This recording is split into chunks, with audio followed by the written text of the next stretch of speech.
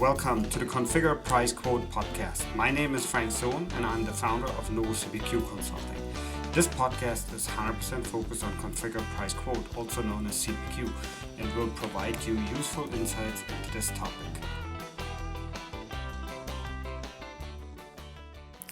Hello everyone.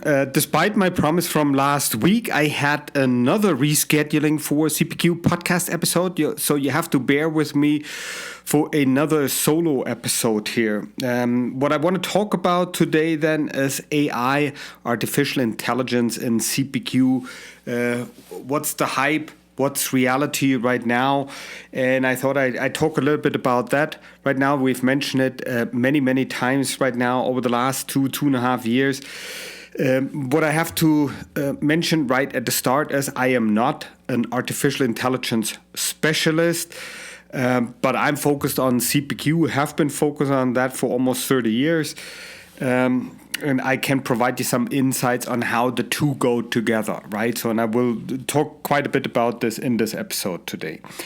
The episode is meant to really help CPQ professionals to understand where artificial intelligence stands, what vendors, what capabilities they are talking about, and where you could potentially see some help fairly soon. Then let's start with that. So I think it's the state of artificial intelligence in CPQ today, from my point of view, is there is a high interest from customers. And when I say high interest, what you have to keep in mind is not necessarily to buy anything, but to learn more. And yes, there are differences obviously between solutions. Some see more interest, some see less interest. But in general, I would say, yes, the interest is there, but it's not necessarily leading to more buying of artificial intelligence solutions in CPQ right now.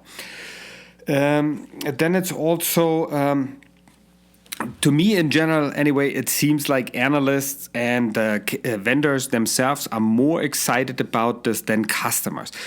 Which is fine. The topic is still fairly new. There are still a lot of other issues that customers are looking into, so that it's not the highest interest right now as a given, but still it has been talked about for 2.5 years.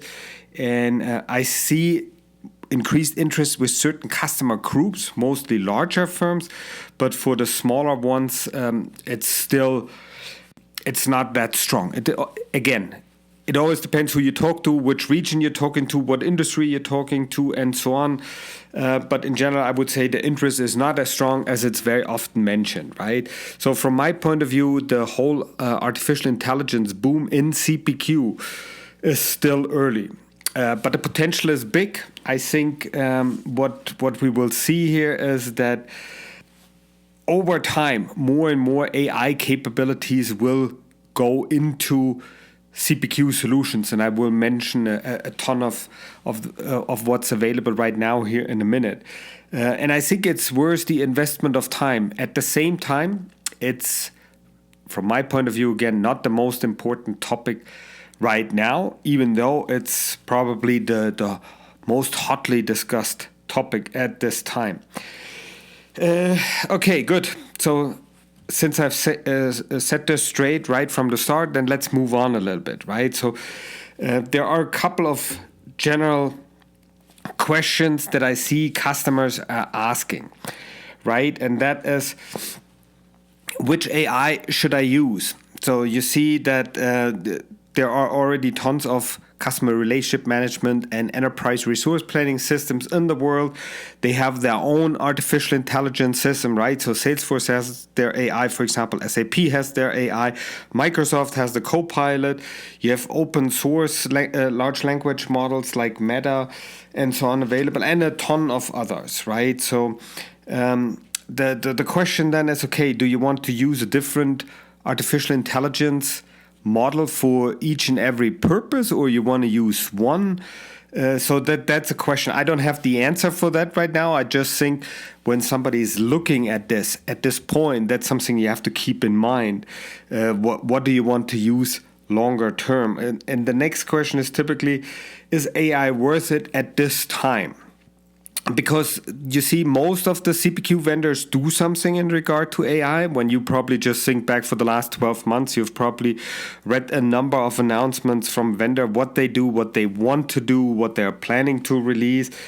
Even though it seems to me in general that SaaS and software-focused solutions invest more time in this than, for example, manufacturing vendors, but that may be that's a perception. I wouldn't put my hand into fire for that, right? So, but I think it's true. What I see also is at the same time that smaller proof of concept approaches are more popular. So what I mean by that is you see that smaller projects between, I have an idea, $10,000 and $20,000 or $25,000 are more popular because you can talk about it. You try something in a smaller environment. If it works, you continue. And if it doesn't work, then you can stop and you haven't had such a big loss, right? So I think that's also what you have to keep in mind when you think about it. Is it worth to invest in it for you? I would tell you, based on the customers that I work with, based on the results that I see, lots of vendors have still other more urgent problems which can be adequately solved with standard CPQ functionality. So you don't have to have AI to address all these problems. So, and I would focus on that as a customer, what gets me the biggest return on investment for the smallest amount of effort, and a couple of the standard CPQ tasks probably will do the trick. Anyway, so I don't want to talk AI small. You see, I'm going a little bit back and forth between it's critical and you have to have it, and you don't have to have it right now, and you have to be careful, right? So, and I think that pretty much mirrors what the current state of AI and CPQ is. And I think what you have to decide then also is how much can it help you and how much are you ready to invest. And I will mention a couple of other things in a minute, but I thought the first thing is to have a look, where is AI actually used in CPQ right now, because I still see that there's sometimes a little bit mixed up. AI is used in almost every company that I talk to for all kinds of tasks. People may use Claude AI to write emails. They may use ChatGPT to do analysis of papers and stuff like that, or to write longer stuff on Gemini and so on. So, but that's not CPQ, right? So when I'm talking about AI, I talk about AI in CPQ, and that could be obviously that could be anything from text, visual, or audio, where audio is the least common method that's used, right? So now let's look at a couple of examples how artificial intelligence is used in CPQ right now. The one thing is very obvious, very simple. Lots of people do that by integrating Copilot into their solution, is to write intro letters for quotes. Right, as a typical application, it's text-based, as what the artificial intelligence is really good at. The ChatGPT like of artificial intelligence, right? So they do this. You do other things, is also to automate approvals, for example. That's something that can be very time-consuming, can be very complex. But based on certain rules, you can automate these approvals, and that's what the number of vendors do. You also see that it's used for some kind of guided selling. What you probably all know is from when you go to Amazon, on the left-hand side, you have all these boxes that you can use as filters. That's your guided selling. So you're going from 1,000 products to 5, and guided selling helps you with that. So now what you see also is that vendors use chatbots, where users can enter what they are looking for, and then basically make this pre-selection, or the guided selling provide this capability based on what was entered into this chatbot. That can help also quite a bit. A slightly different approach, right? So it depends on what kind of audience you have, but that is used.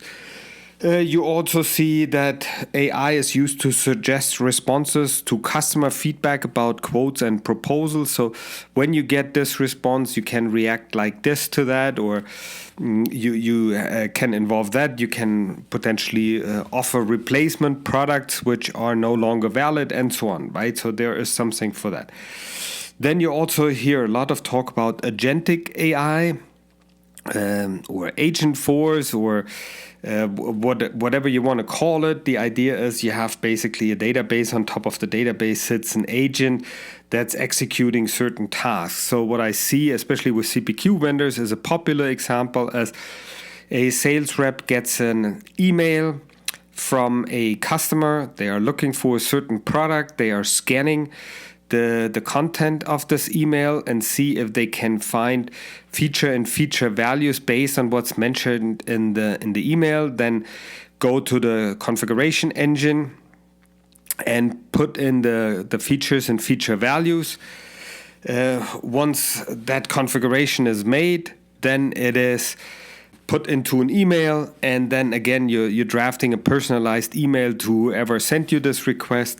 And you do that. That could be done with agents, and there are a couple of examples for it. But I think that probably gives you a high level idea. So, and this, by the way, is not just done for simple emails where you would, for example, say, "Hey, I want to have a MacBook, and my MacBook should be, I have an idea, 13 inches, and I want to have." 2 gigabyte of RAM, and I want to have a 1 terabyte hard disk drive and stuff like that.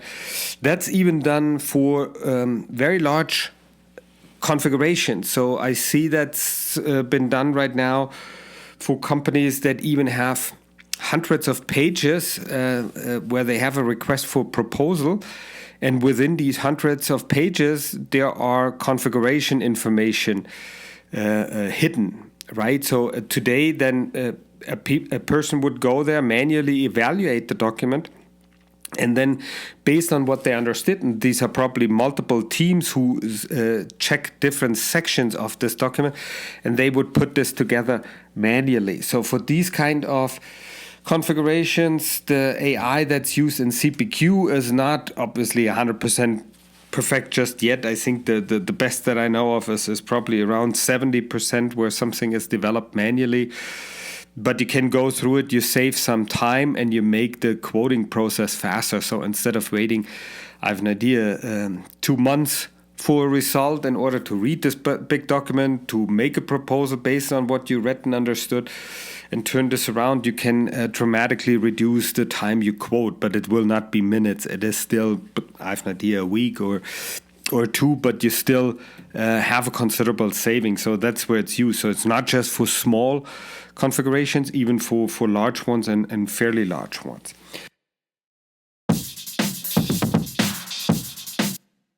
Hello everyone. If you have any questions concerning CPQ, consider contacting us at info@novocpq.com, because we help customers with all kinds of questions related to CPQ. So we're involved in customer projects and we provide industry analyst services. So let me give you 2 examples on what helps a lot of customers regularly and see if that would be a help to you. The number one is we help customers find the right CPQ solution for them. We do that for customers of all sizes in all industries. I've been working in the industry since '96, and we help you to find the right solution. We do that with one-on-one meetings and projects, but we also do that through written reports. So we have the CPQ analyst report is our latest report. We currently have 6 and we'll soon have 7 available. And then throughout the year, we're striving to have around 20, hopefully more by the end of the year, and there will be even more reports. And we also help customers to stay up to date with what's happening in the CPQ world. If you already have a solution and you want to see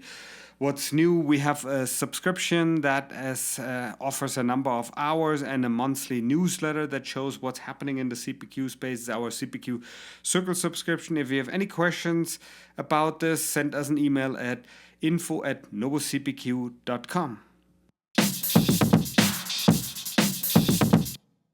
AI is also used to create product documentation. in the tool itself, also for users. It's obviously used to propose configuration and prices. So what configuration, this is the purpose you want to use it for. What do you propose me to use based on what you know? And what are the prices for customers like me, right? So these suggestions, they have been around for quite some time. That's not new, but that's definitely also still done. You use artificial intelligence to translate tech descriptions and also product descriptions. Pretty common use case, even though in a lot of cases it may need to be checked manually, right? So, but it's the translation itself is done faster. You can personalize cross and upsell recommendations based on certain preferences that customers have. That's what it's used for. You can automate the product configuration and pricing rule setup.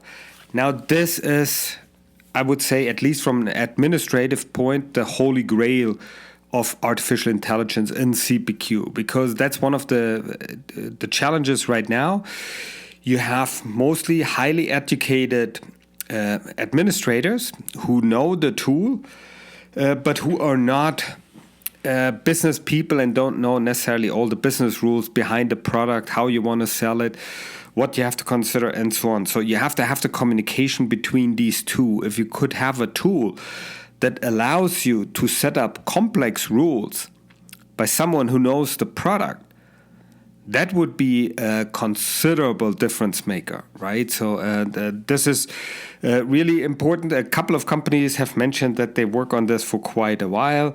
There are more efforts going on. I would expect that there will be some kind of advancement here over the next couple of years. Even though I'm a little bit skeptical if you could fully automate this, which I doubt, but you have some automation which makes this easier, requires less communication, so provides you more flexibility. This is a big point. This is not for when you buy a solution, this is more when you maintain it on an ongoing basis, which really can make a difference if it works, right? AI is also used to set up product help. When the user has questions, right? So and they require help, there are some solutions which look to set this up automatically so that that's available. You also have obviously chatbots to communicate with users and admins. This is also important to note. So it's both. On the one hand side, users can obviously ask, okay, what do you want to do? How can I help you? And you can provide these actions that could be more or less helpful. Anyone who's used that on a website knows that, right? So, but that's definitely done in CPQ as well. But I think it's also worth mentioning that's done for admin. So it's like I need information about how I can change a setting. And I have a chatbot where I can type this in and it leads me to it. It potentially helps me to set up some rules and so on, right? So that's what's being worked on. Another big topic which has been mentioned now for a while is to simplify the import of data into CPQ and use AI for that.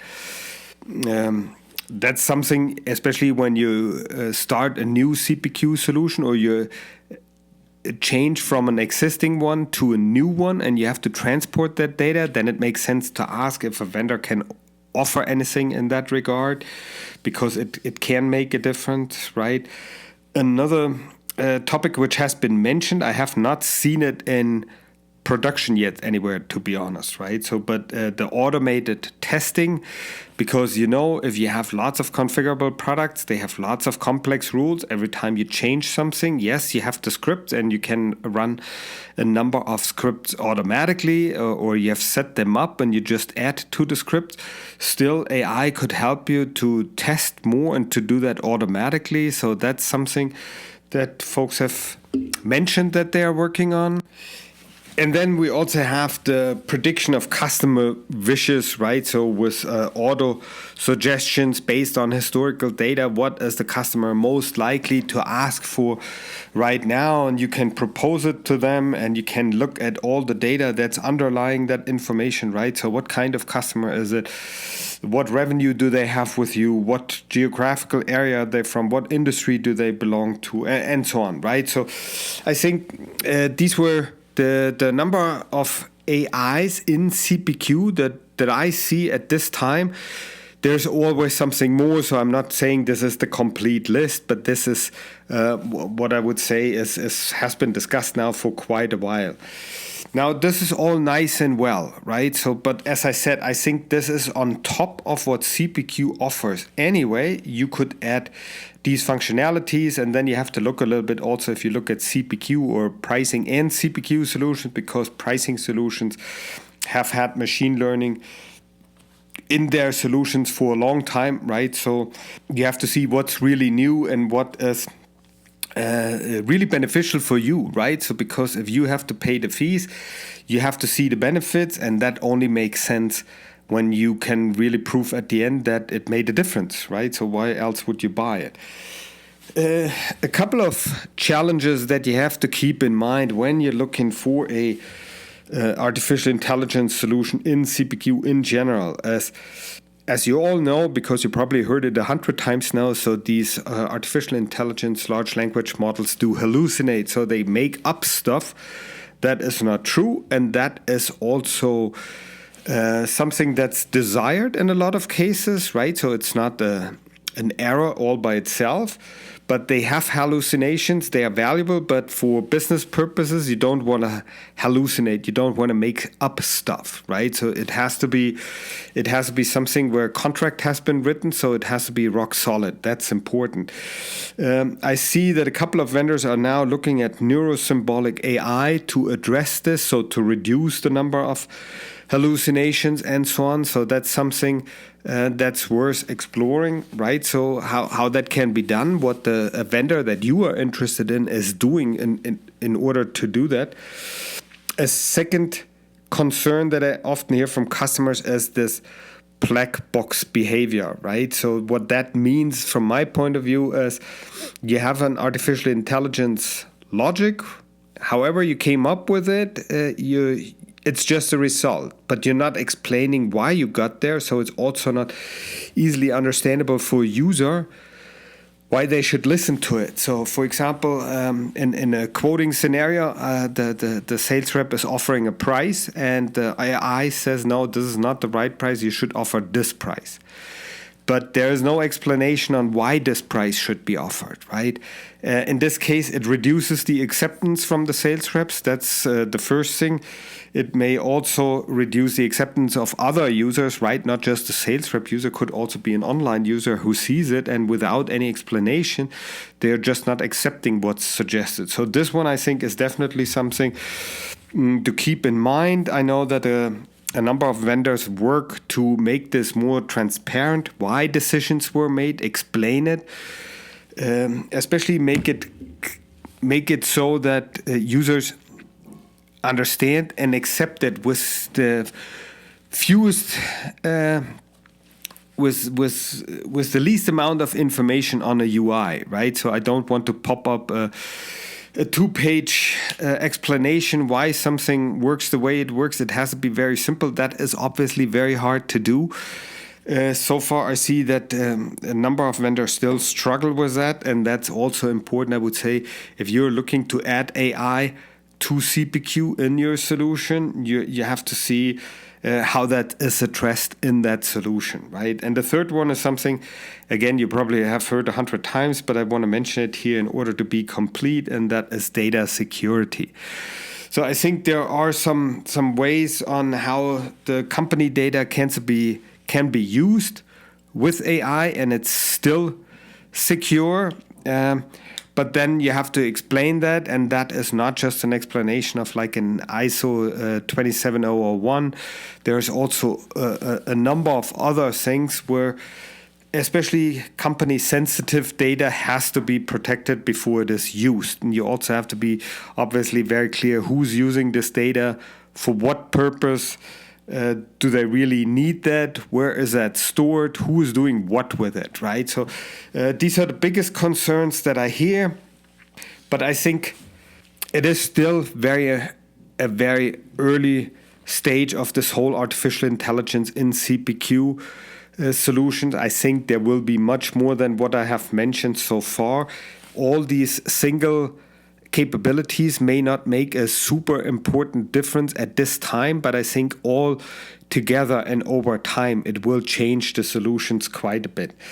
What you also have to keep in mind is that because there are a couple of trends that I notice also, and that is, for example, a couple of the global system integrators mentioned that they develop custom AI solutions and that there are smaller system integrators as well. They do that for more complex quotes, right?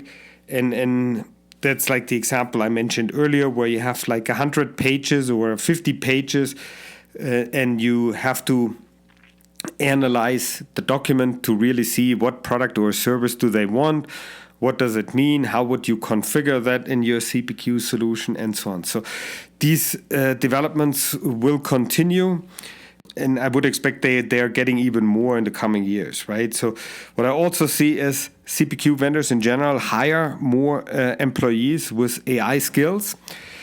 I also don't see that is changing. I would rather expect that they invest more in it. At the same time, it's important to say, so you have potentially a couple of resources dedicated to learn more about artificial intelligence. You may have a separate office for them or not. The thing here is still, it is not the main selling point for these solutions today, and probably not tomorrow. It will probably implicate the headlines a little bit in media, where it can show up as a very advanced solution by doing this at this time. Doesn't mean that you have tons of customers who use that, right? What I still see and expect is that lots of vendors will keep exploring and investing in artificial intelligence. You can see that very clearly. So I think this is something you will have to look at if you have an existing solution, or if you're looking into buying a solution. AI is something you will have to learn to take advantage of in CPQ. But it's not about chasing any buzzwords, right? So you have to look at your specific use case and really see. So like all the examples I mentioned before where AI is used in CPQ, would you benefit from that? If you don't benefit from that, and if you, then it's why would you look at this? You also want to obviously keep the costs in mind that you have to pay for that, which I expect will go down over time, but we will see. In any case, I hope this was helpful to give you a little bit of an idea of where artificial intelligence is really used in CPQ. We have discussions about that almost in every podcast episode where I ask for it, and I think if you want to use it in your solution, you have to pay close attention to what's developed right now. You should pay close attention to if you really need it. But it's a topic that will stay with us for quite a while. So therefore, I hope you learn to use it to the max and get the most out of it. I hope this was helpful instead of a guest interview. And next week, I'm pretty sure I have a guest. Otherwise, I will hopefully come up with an interesting topic anyway, but I don't think it will be necessary. So thank you very much, everyone. I'd like to thank everyone for listening and hope you learned something interesting today. If you like the podcast, please go ahead and rate it on iTunes or share it with your friends and colleagues. In the meantime, you can find us online at www.novocpq.com. So long, everyone.